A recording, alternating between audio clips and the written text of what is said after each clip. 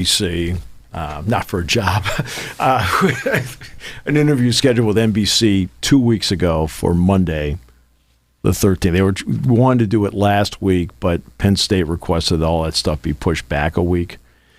So I did have to do it yesterday. That's why we had a little different show yesterday. For those of you expecting, it was something that was planned in advance. The station knew in advance, and that's why it ended up being the way it was yesterday. So my apologies ahead of time, but it was something that was actually planned out. Next, you beat Jacksonville, now you got to wear that thing? Oh, you bet. Come on, they're back. You beat you. They're back. Oh, they're back. Oh, Until next week when they fall off the face of the earth again. It's just everything I turn around with you is just unbelievable.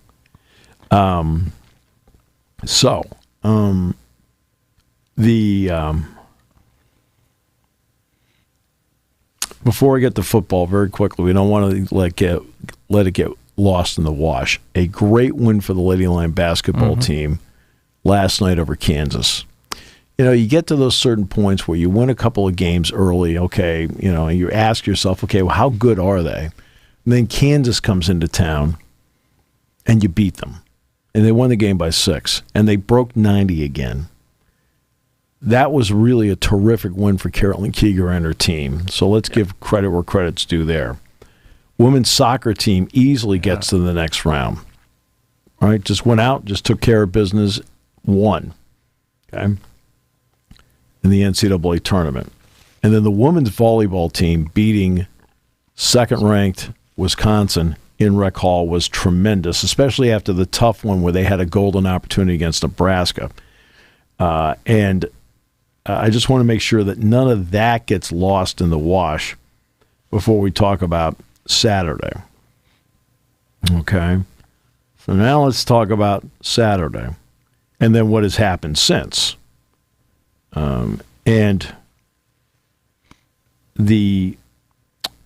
So Saturday, there's a couple, again, I go back to sequences all the time. It's easy to talk, and if anybody thinks that in the position of calling for extra points versus 2-point conversions, and you want to say that you are adamant they should have kicked the extra point on each touchdown, you're perfectly within, okay? There's nothing wrong with that. That's a right strategy. That's a right strategy. It doesn't mean there aren't alternative ideas, and I'll give you the alternative ideas in a moment that I think may have entered into what we're seeing because it's going to go through the sequencing I talk about. But again, if anybody sits there and says, I would have kicked the extra point, you're not wrong. You're not wrong, right? That's a perfectly acceptable argument, right? And I'm going to get into a couple of other things that then at least get you thinking about pluses and minuses on decisions like that. So let's get to the early in the game. Penn State gets a great drive first quarter.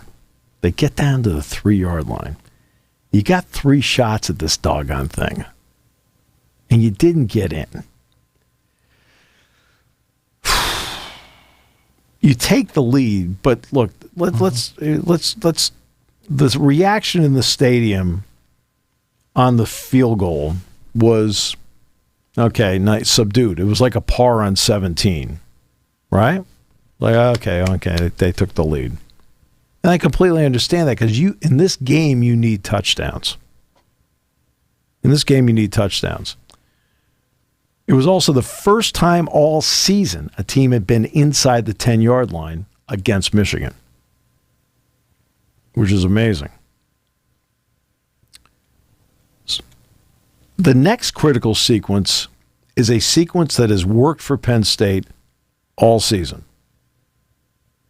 And that is winning the middle 8. Right? Winning the middle 8. Penn State drives downfield and 75-yard drive, convert 2 fourth downs, including the pass play from Katron Allen to Drew Aller.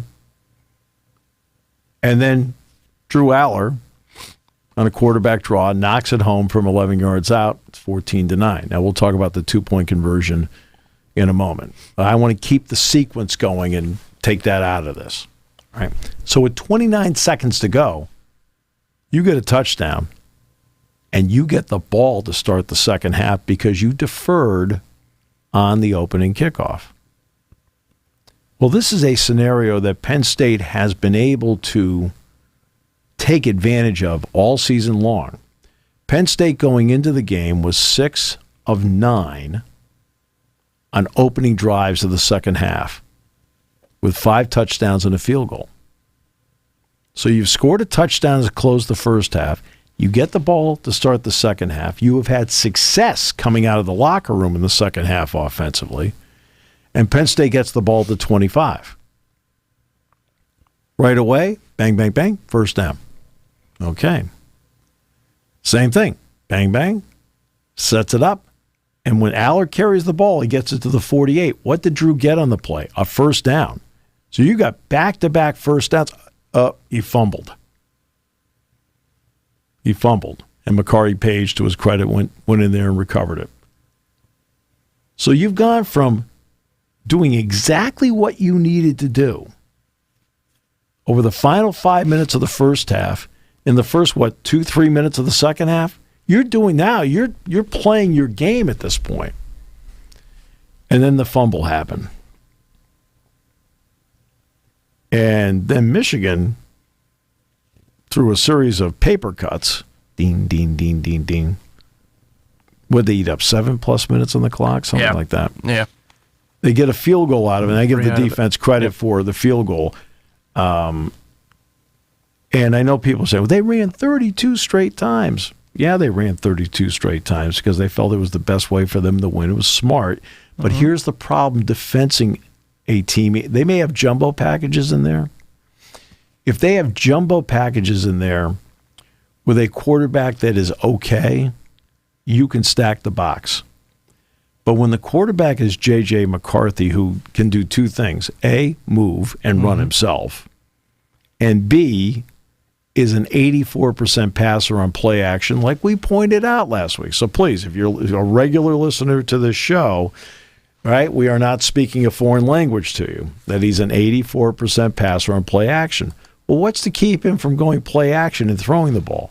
So you still have to be wary of the possibilities of pass plays because of the quality of the quarterback back there. All right, so now you get to the 2-point conversions. All right, kick the extra point. Perfectly acceptable argument. You're not going to get any argument from me at all. So why do you go for 2 when it's 14-9? All right, you go for 2 when it's 14-9 with the idea like, hey, look, I've had to fight my way all day to get here. That first series, I got to the 3 and couldn't get in. Had to take a field goal there and not a touchdown. It was like, geez, right? So you go for 2 with the idea that you'll make it a 3-point game, knowing you're going to get the ball to start the second half, and I feel we can drive downfield, and we can get it in position, and we can get at least a field goal to tie the game up. That's the thought process. It may not be a thought process you agree with, right, because of the point value and the percentages. I mean, I think it's like a 48-52 number as to whether you make a 2-point conversion as opposed to, 95% on an extra point. Ask the question about maybe chasing points that early in a game. You can make that argument as well. But the thought process is, I want to make it okay, I'm down here. I scored. I've got a 2-point play I like. Michigan, to its credit, broke it up. And the idea is to make it 14-11, down 3 to start the second half. Where now, I know starting the second half, I'm in position, I probably am going to go for a touchdown because I didn't make it. If I don't, I can settle for a field goal and tie it because I went for 2 and made it. So those are the scenarios. I missed it, but now I know in the second half I'm going to drive downfield. I'm going to do whatever I can, including makeable 4th down situations to try and get into the end zone and score. Or if I make the 2-point conversion, I can get to a certain point. Hey, if I get the ball to the 25, 30-yard line and I get stalled and the fourth down isn't available, I can kick a field goal, tie the game. So that's the thought process behind the first one. Now let's get to the second one. The second one is it's 24-15. Kicking the extra point makes it a one-possession game. It is not, and this I've talked to this with my class over and over again. I said verbiage is important. Do not ever refer to an 8-point game as a one-score game. It is not a one-score game. It is a one-possession game. You need to put it into the end zone twice, but you can do it on the same possession. That means you have to score twice. So that makes it a one-possession game. So kicking the extra point, again, same argument. If that's what, that's what you want to do, perfectly acceptable on your part to look over and say, they should have kicked this. No, okay, I understand exactly why you'd say that. So now let's discuss other possibilities here. Okay. And this is one that has not been brought up, but I'm going to bring it up anyway. Okay? You go for 2, all right? And now let's flip it around. You make it. So it's 24-17. It now gives you the option, like, you know what? I don't feel like messing with these guys in overtime. It gives you the option. If you score late, you can go for 2 and just say, hey, look, let's win it or lose it right here. That does give you that option to play it that way. The other part, too, is they also loved the 2-point play they have.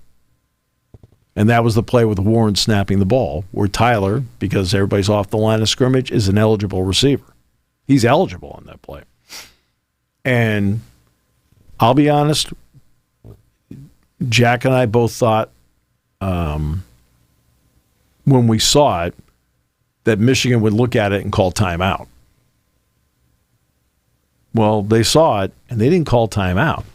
Now, it's not like Penn State was expecting them to call a timeout. Just Jack and I thought Michigan would call a timeout because, like, okay, this isn't on tape anywhere. Right? And Penn State loved the 2-point play. They felt they had something pretty good there. Went for it, and Tyler is open in the corner, and they just didn't see him. And it ended up being broken up. And now it's a 9-point game, and now you've got, now you're 2 possessions down, literally. So if you're arguing that it's a one-possession game, if I go for the extra point, legitimate. All right? One of the reasons you go for 2 points, okay, and going for an extra point is a logical decision to make. The idea of going for 2 is it makes it a 7-point game. And in making it a 7-point game now gives you the option, if things play out right, of either tying it and going to overtime, or, you know what, I'm not going to mess around here. Let's win it right here. And that thought process enters in. So I'm just giving you what the scenarios are numerically, by also pointing out that if you say they should kick the extra point in each one, perfectly logical for you to say that. I'm pointing out the numbers as to what they can mean that if you had done it. This always goes back to a team is 16 for 19 on 4th down. Well, what happened on the other 3? Okay? Because not every decision is going to play out. I mean, not every decision will play out for you. But you also, there are a couple things that do enter into it. And one of them is not just the point value, but the options it can give you at the end of the game if you were to make it. Because you always have to take in, okay, all right, what are the unintended consequences of each? Okay? So the unintended consequence of kicking an extra point,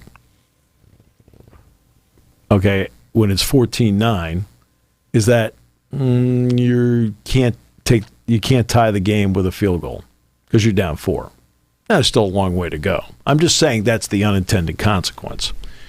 And the unintended consequence of kicking an extra point at the end to make it, 24-16, means that the best you can do on your next possession is to attempt to tie it to send it overtime, and you don't have an option of winning it. So those are the unintended consequences of each of those decisions, even though percentage-wise, the percentage play is, right, extra point, play for ties, you're at home, so forth. So I'm just going through what the scenarios are for you numerically. And then you can make up your own mind as to, in the moment as to what you think they should do. And I think most people in the moment were saying they would have kicked. I understand that. There's nothing wrong with that. I'm not going to sit there and tell somebody with that kind of logic they're wrong, because their logic is not wrong. But I'm also giving you what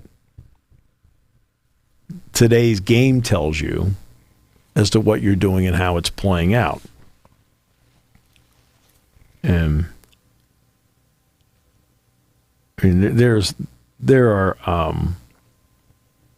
like, for example, Mike Tomlin early on, this is a few years ago, first touchdown. How many times did Mike go for 2 points on the first touchdown?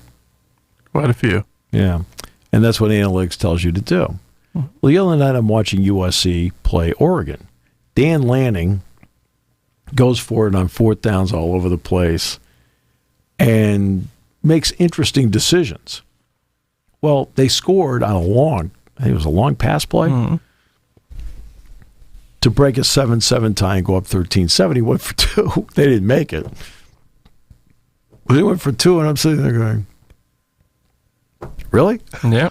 But again, yeah. How many times have I seen that happen?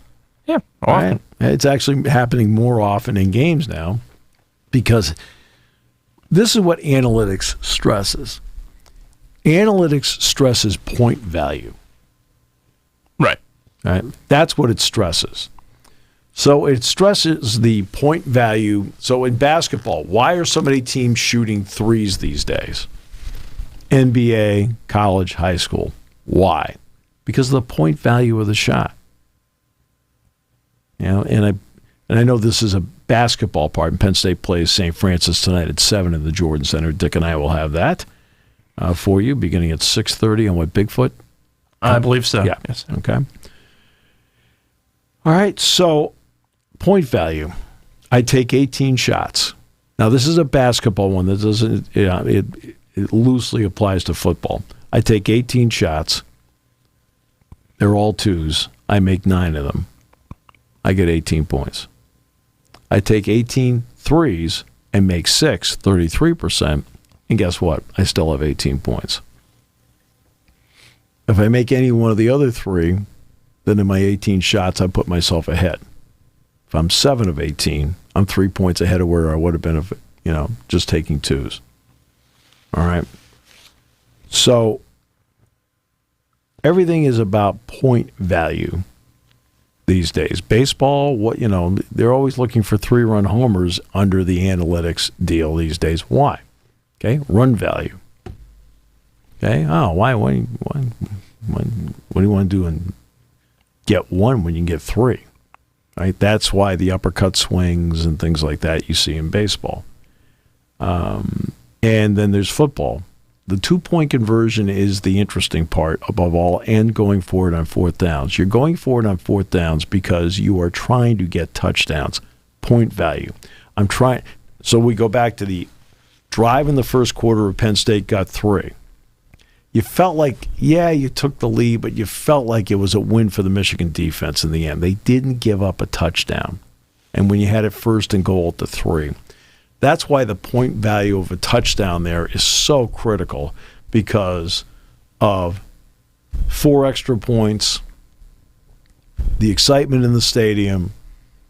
Somebody finally got it inside the 10 against Michigan and knocked it home. There's a lot of things in there that happen. And it goes to point value, but they only get 3 and not 7. So point value in some ways was a win for Michigan at that point. When it's hard to drive the ball against a team, and it's hard to drive the ball against Michigan, just like Michigan knew it was hard to drive the ball against Penn State. I mean, Michigan did not get a boatload of yards. No. I mean, I don't think people realize which team had more first downs in the game. That's the oddity. Penn State actually had more first downs than Michigan in the game. So the Penn State defense, for the most part, played well. So now now we've discussed point value. And again, if you want to argue for extra points on the 2 touchdowns, you are perfectly, I mean, there's nothing wrong with your logic at all. Zero. I'm just pointing out the point value reasons as to why you consider doing it and why it is part of the discussion as to what to do. It's the point value part. All right. The penalties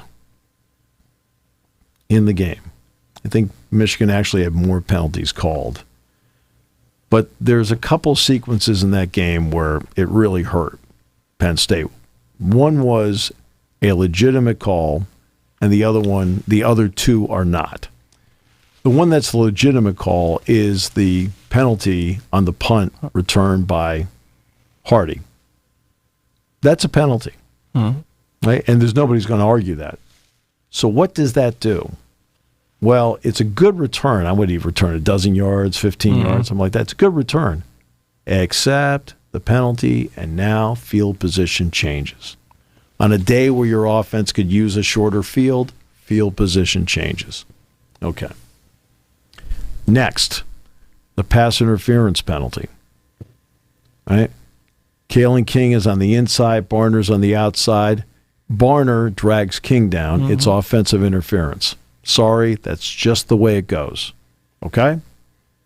All right? It's not the right call. Or at worst, it's a no call. Or at best, it's a no call. But he got dragged down. It's not a no call. Yep. He wrapped his arms around him and dragged him down. Yep.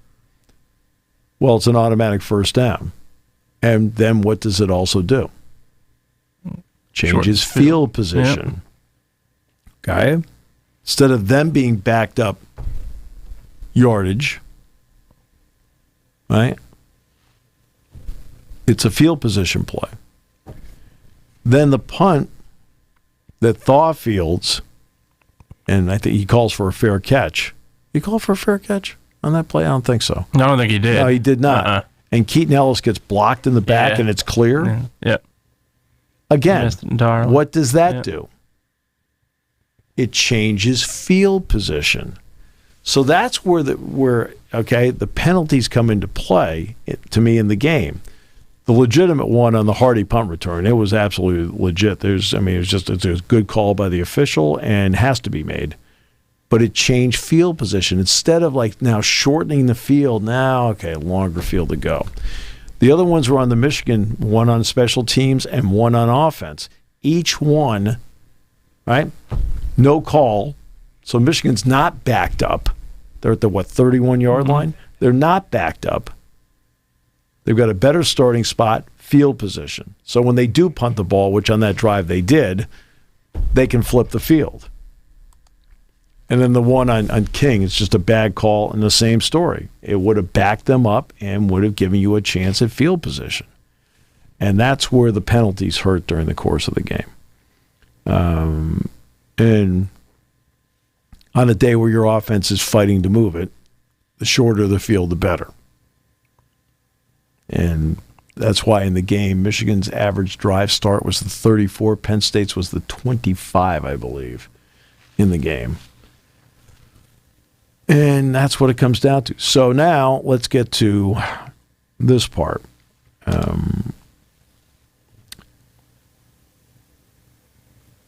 Well, I guess I'll talk about Mike first. I personally like and respect Mike. Been here 3 years. Like and respect him. But after watching the Ohio State game and then watching this game, all right, you just feel that there's more out there for Penn State. And I think James sees there's more out there for Penn State, and he feels that moving forward, he feels a different voice is going to be needed there. Okay. And it's not going to happen right away. I'm going to guess it's going to happen somewhere between December 3rd and December 20th. All right. or December 4th and December 20th, somewhere in that range, because based on past decisions, like when Joe Moorhead was brought in and so forth, when it occurred, okay. And like, why'd you say December 20th? Well, that's National Signing Day. I think you'd like to have somebody in place by that day. Why did I say December 4th? Well, that's because everybody's done that weekend, right? Everybody's done, and you're not in a tampering situation as to who you want to talk to, okay? Unless you get permission from a school to do it. I mean, for obvious reasons. So it's, and then we'll see what direction that James wants to go in with it. But he wanted a fresh voice there, and he felt the time was, do it now. That way they start at least getting a feel as to who might be interested out there, okay? And you can do that through agents and so forth. As for how far Penn State is away, you lost a one-score game at Ohio State, right? And you lost by single digits to Michigan. When you are in the neighborhood and close, one of the worst things you can do, okay, let's take Kirby Smart aside here. Mark Richt had a lot of success at Georgia. They bring in Kirby Smart. Took him a little bit to get past the Alabama part. Mm-hmm. Did, and now, of course, he's, again, won back-to-back national titles and is undefeated again this year. It's been a tremendous run. And they'll play Alabama in the SEC title game. All right. But exactly what other coaching moves out there are working when you're in the neighborhood? Who? Okay? It took Dabo Swinney a long time of success, not quite getting over the hump, the old Clemsoning thing, the whole deal, and then he won that couple of national titles, right? But he made them better and got them to the point where they were toe-to-toe, and it became frustrating with people because they couldn't get past the toe-to-toe part, and then finally did.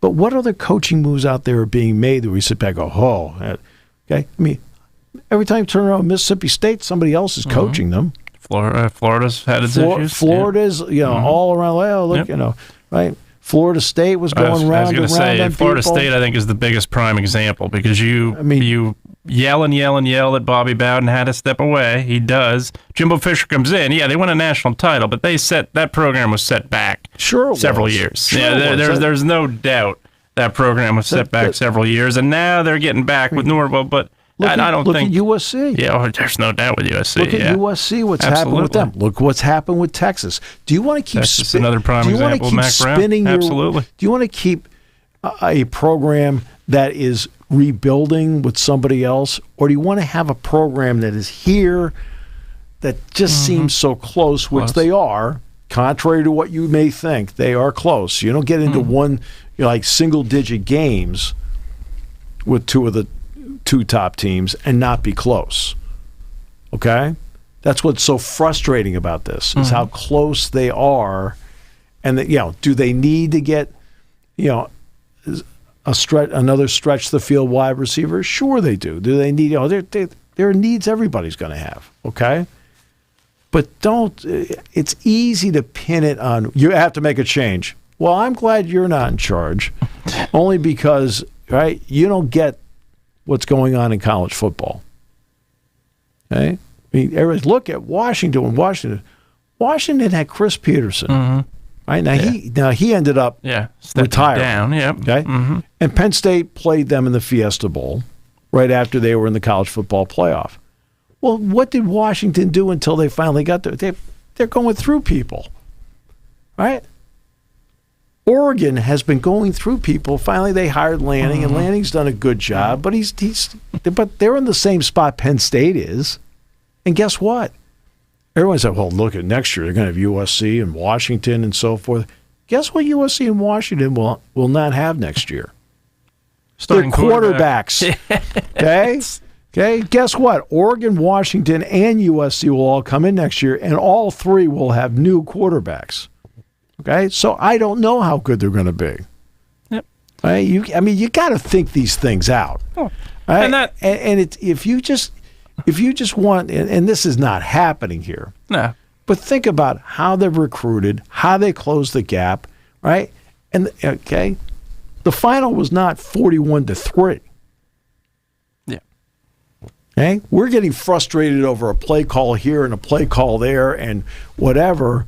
Maybe going for 2 here or 1 here or whatever. You're not debating like what the heck is. In every area they're just no. Not in every area. The defense played well. Special teams played well. They ran the ball well. Mm-hmm. This is not okay. So I'm talking about gaps now. Yeah. I'm going to ride the horse that has got me to this point with the idea that, like the Clemsons of the world, like the Alabamas of the world, when they finally got somebody that can finally get over the top. Because, look, Saban is Saban. Well, Saban may be Saban, but, what was his record at Alabama the first couple of years? Now, to his credit, when he got going, and he's been great. But look how often Texas changes. Look how often USC changes. Look how often Washington has changed. Look how often Oregon has been changing. Look how, going through all the long list of schools. Look how often Florida State's been changing. Yeah. Look how often Miami's changing. Mm-hmm. Okay? And look how often Tennessee changes.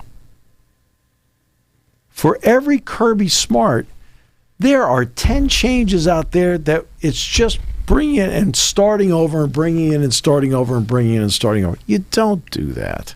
No. Okay? No. Anybody with common sense doesn't do that. So, yes, is he getting a lot of flack, James is? Sure, he's getting a lot of flack. Is there any person on the face of the earth that feels worse about it than he does? No. He's the guy in charge. Now, as for the fans complaining, I appreciate your passion. Absolutely. I love the fact that you love and care so much about Penn State football that you're mad.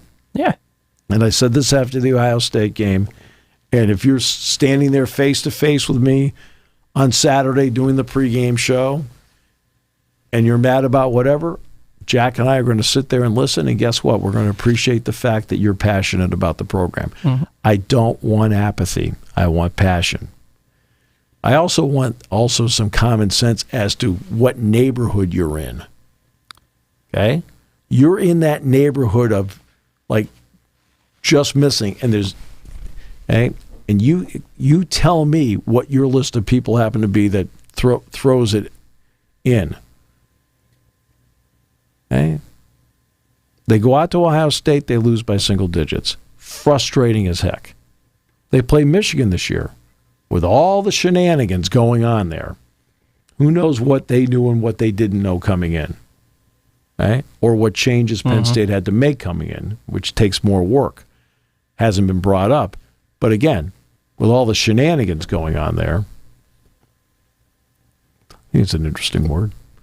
Shenanigans. I think it's a benign word, don't you think? Could be. Right. All the extra stuff you had to do during the course. Everybody's had to do extra stuff during the course of the week to get ready for them. They're a talented team with a fabulous quarterback. I like JJ a lot. Corum's a heck of a player. Corum is incredible. You know what he's got going for him? Yeah. This is kind of crazy.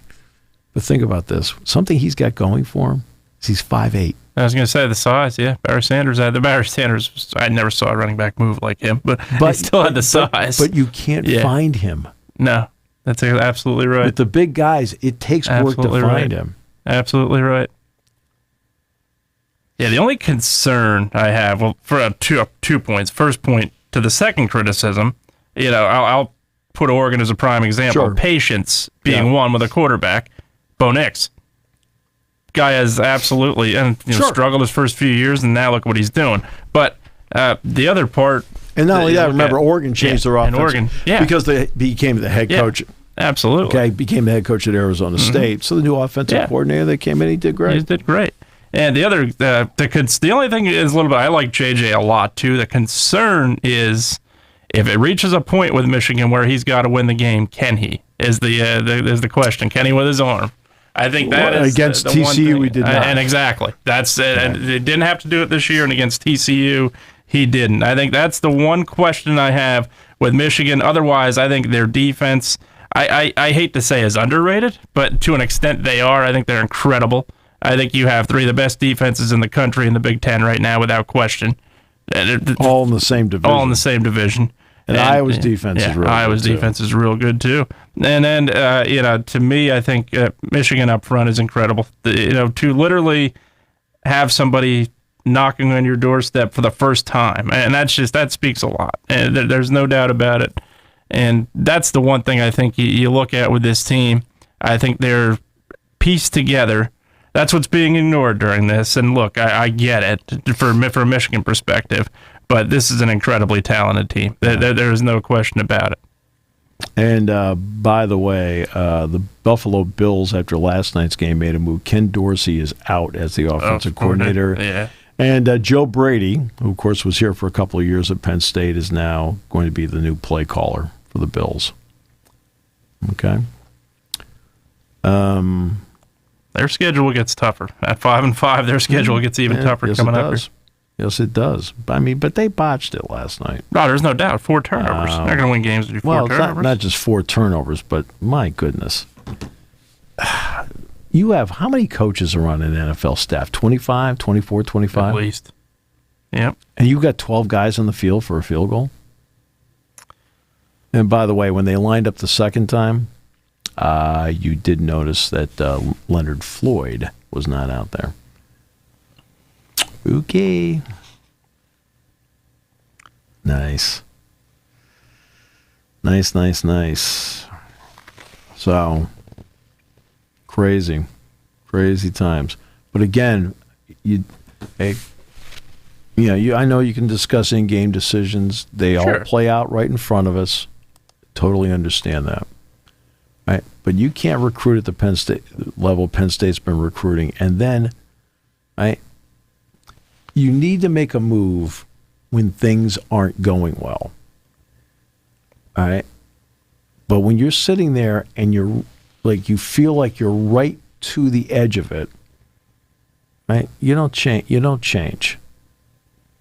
You can't. Right? You're that close. 'Cause, and part of it, and that's the part that doesn't make any sense to me. You have, at least now, we'll see how the offseason plays out. But think of all the guys you do have coming back next year, too. You don't have Michigan on the schedule next year. They're not back on the schedule till 26. You have to go out to L.A. to play USC. You'll have Washington and Oregon and Ohio State here, yep, among others. And you have to start the season you got, UCLA here, too, right? I think UCLA, they're the only one of the 4 coming in that has their quarterback back next season, I believe. Yeah, he's back. Yep. Yeah.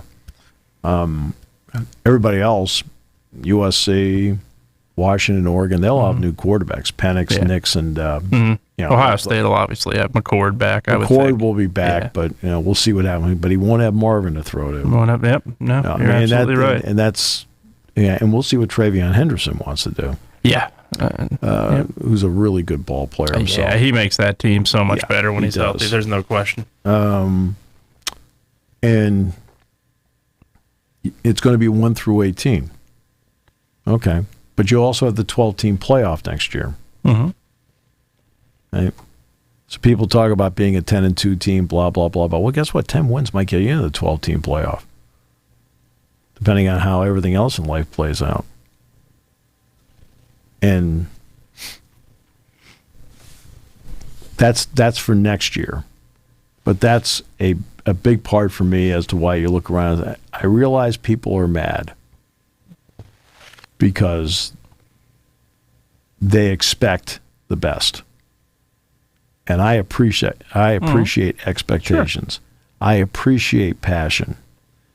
I appreciate the fact that people care so much. That's big, right? That's really big to me. And that's why I'm always willing to listen, because people care.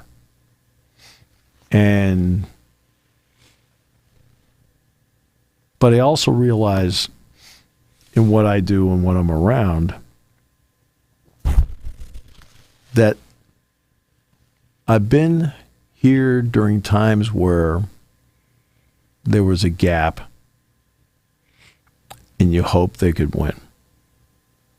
I've been here during times where they've been great and expected them to win. I've been here at times where you go into it and like it's pretty close and you're not sure. We'll see how it plays out. Okay? Well, they aren't in the hope you're going to win category. Right? In fact, I was talking to Rich Scarcelli yesterday, and we'll hear from Rich tomorrow. Rich and Donnie Collins tomorrow. And in the parking lot, people are saying to him, this is going into the game. I mean, do you think they can keep it close? He heard that. I'm serious. He heard that over and over and over again. Do you think they can keep it close?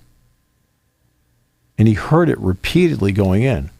Now it ends up being a 9-point game with the frustration of it could have been even closer, right? And they're all mad that they didn't win. Well, you're the one who didn't think they had a chance going in. I mean, I'm talking to the people Rich talked to. I don't, because I wasn't there when they talked to him. But he was telling me this. I said, really? So you can debate decisions. Perfectly acceptable. You know, I mean, it's part of sitting there and discussing a game, right? And you're passionate because you're trying to think of ways that things that you would have done that you think could have won the game. I get it. Totally get it. But when you look at the overall big picture of it, Penn State's 12th right now in the count. I think it'll come out tonight, and they'll probably be right around there, right around that neighborhood. All right, and now let's get something that is totally, completely lost in all of this week. It is the first time in my career, because of what happened with Mike, and because of what happened with the game, but especially with what happened with Mike. Right. So I understand this completely. It's the first time I have ever gone to a press conference for the game that is coming up this week, and nobody asked about Senior Day. And I totally get it. You get one question. You're trying to make your question count. I got it. But nobody asked about the fact this is Senior Day this week. Now, I'll do that when I get to the show on Thursday with James and so forth, because at that point, we're all anxious to see what it's going to look like on Saturday. And that's a good football team over there. I mean, I know Kyle Monungai is special. A great player. Power running back. Not big in stature, but is a power running back. Power on the offensive line. I don't know if Jackson's going to play a wide receiver. He got hurt in the Iowa game. Went to the tent, never came back. Dremel, not bad. Wimsett is a power quarterback. What I found interesting against Iowa is they didn't run him very much. But he's a power quarterback. He's not going to make you dance and miss. He's going to try and go right through you. So you've got a power quarterback and a power running back with a power offensive line you'll have to deal with. The key is getting him to throw the ball. Yes, he did complete his final 8 passes against Iowa, but he completed his final 8 passes against Iowa when it's 22-0 and they're playing shell. All right, they're just like, don't let anybody get beat. Although that is the Iowa philosophy anyway. They don't want anybody to get behind them. And that's the key. Defensively, front's okay. Their back seven's very good, but they do have 2 key guys that are one is definitely out, and the other one we're not sure. Powell is out at linebacker, so Torrey's been playing there, and Torrey's a good player. But Powell's out at linebacker. He's been out for a couple of weeks now. And then Longerbeam got hurt in the Iowa game. Same story, went to the tent, never came back in. And Melton on the other side, Melton is a terrific corner. He's got 7 career interceptions, for goodness sakes, including in the Iowa game. He picked off one in the end zone, which was the one Iowa turnover in the game. So, yeah, that's who's coming in. The special teams are good. Punter's not in the same category as the guy they had the last couple of years. He's not. He's good, but again, and the place kicker, Patel's very good. There's no issue there. Return game, they don't even try to return it. Have you noticed that? Mm-hmm. I think they've only had 2 punt returns the whole season. Just like I caught the ball and decided to run with it. It may be 2 or 1. I can't remember. Same thing with kickoff returns. That's interesting. How about that? Yep. Yeah, definitely noticed that. Had the chance to see the Ohio State game when Penn State had a later game that day. And that was definitely something I caught. And by the way, I watched I did watch the Iowa game.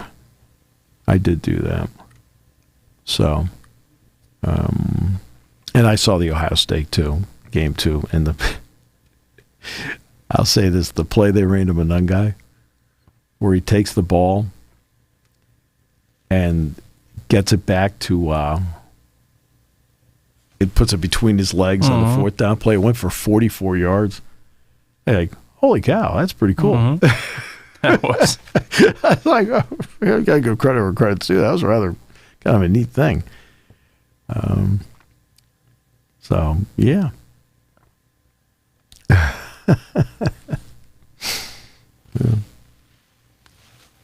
Now, time for 49 good San Francisco seconds. Well, you just hope they can keep building on what they did on Sunday. There is nobody here that agrees with you. Nobody is watching this is hoping the same thing you are. No, they're hoping for misery from me. That's okay. Tough stretch, obviously, ahead. You get by Tampa Bay, you got Seattle, Philly, Seattle. So you know what? This is one of the. I may be missing something. I probably am, because I will admit I get the Sundays. I'm always working on the next game. Yeah. Like this Sunday. This Sunday, I'm going to be working on. Yeah. Michigan State right away and Texas A&M. I've got basketball. Yeah. All right. And I don't think Jimbo's coaching him in hoops. I don't think so. I think there's. Gotta just fill out. He's using that. He's sitting at home getting a nice buyout right now. My goodness, $76 million. $76 million. I'll tell you what it could do is set the precedent for college football, though. Basically saying, hey, this program's showing it wants to win by paying that much money out on a buyout. That could set the precedent for other teams. So you never know. But my goodness. Yeah. This is what I understand. That they did not go to donors. Hey, could you give me $2 million? Yeah. Could you give me $3 million? Could you give it whatever? Because they have a donor list that is off the charts. And say, hey, let's chip in for the buyout. I guess they're taking it out of the athletics fund. Oof. Holy moly. Oh, man. Yikers. Oof. $76 million to well, that's where, sit at home. And you talk about it, I think that's the one thing that's almost unfair at the professional level. These coaches get fired. They get paid to sit at home for 5 years. These players are begging for guaranteed contracts in a lot of ways, and they're not getting them. They get nothing. Yeah, that is the unfair portion of football. So right now, San Diego State, because Brady Hoke is retiring. He wasn't fired. Right. San Diego State, Mississippi State, Boise State, Texas A&M are the 4 right now that are available. Right? Okay. So there you go. Okay. And who do the Niners have next? Tampa Bay at home. This is the weakest I've ever seen the NFL. I'll tell you, I agree with you. I think there are the teams that are 8-1 and 7-2 right now. I still think the Eagles. To me, the one team that can beat the Eagles if the Eagles play a perfect game is the Eagles. I think if they are the best team in the league, they're good. But the other part of it to me is number one, they make mistakes, and as does everybody. But yeah, I think this is a very weak NFL because I'm still not sold on the Chiefs, and they may win it all again. And I think that's there's big parts of this league right now where I'm looking at it and saying I'm just not sold on this team, and they're in the playoffs right now. Steelers being another one. Sorry, Pittsburgh, you're getting outgained every game. You're winning. That's what matters most. But And again, they all speak highly of you. They do. All right. I appreciate So that. tomorrow, Rich Scarcella and Donnie Collins, and then you and I will. Are you back in on Thursday and Friday? I believe so. Thursday for sure. Yes, sir. Oh, sure. Hey, look forward to it. Everybody knows the two of us kid back That's and right. forth. All right. So interesting. And we'll be back together on Thursday. But tomorrow, Donnie and Rich and their perspective on Penn State football.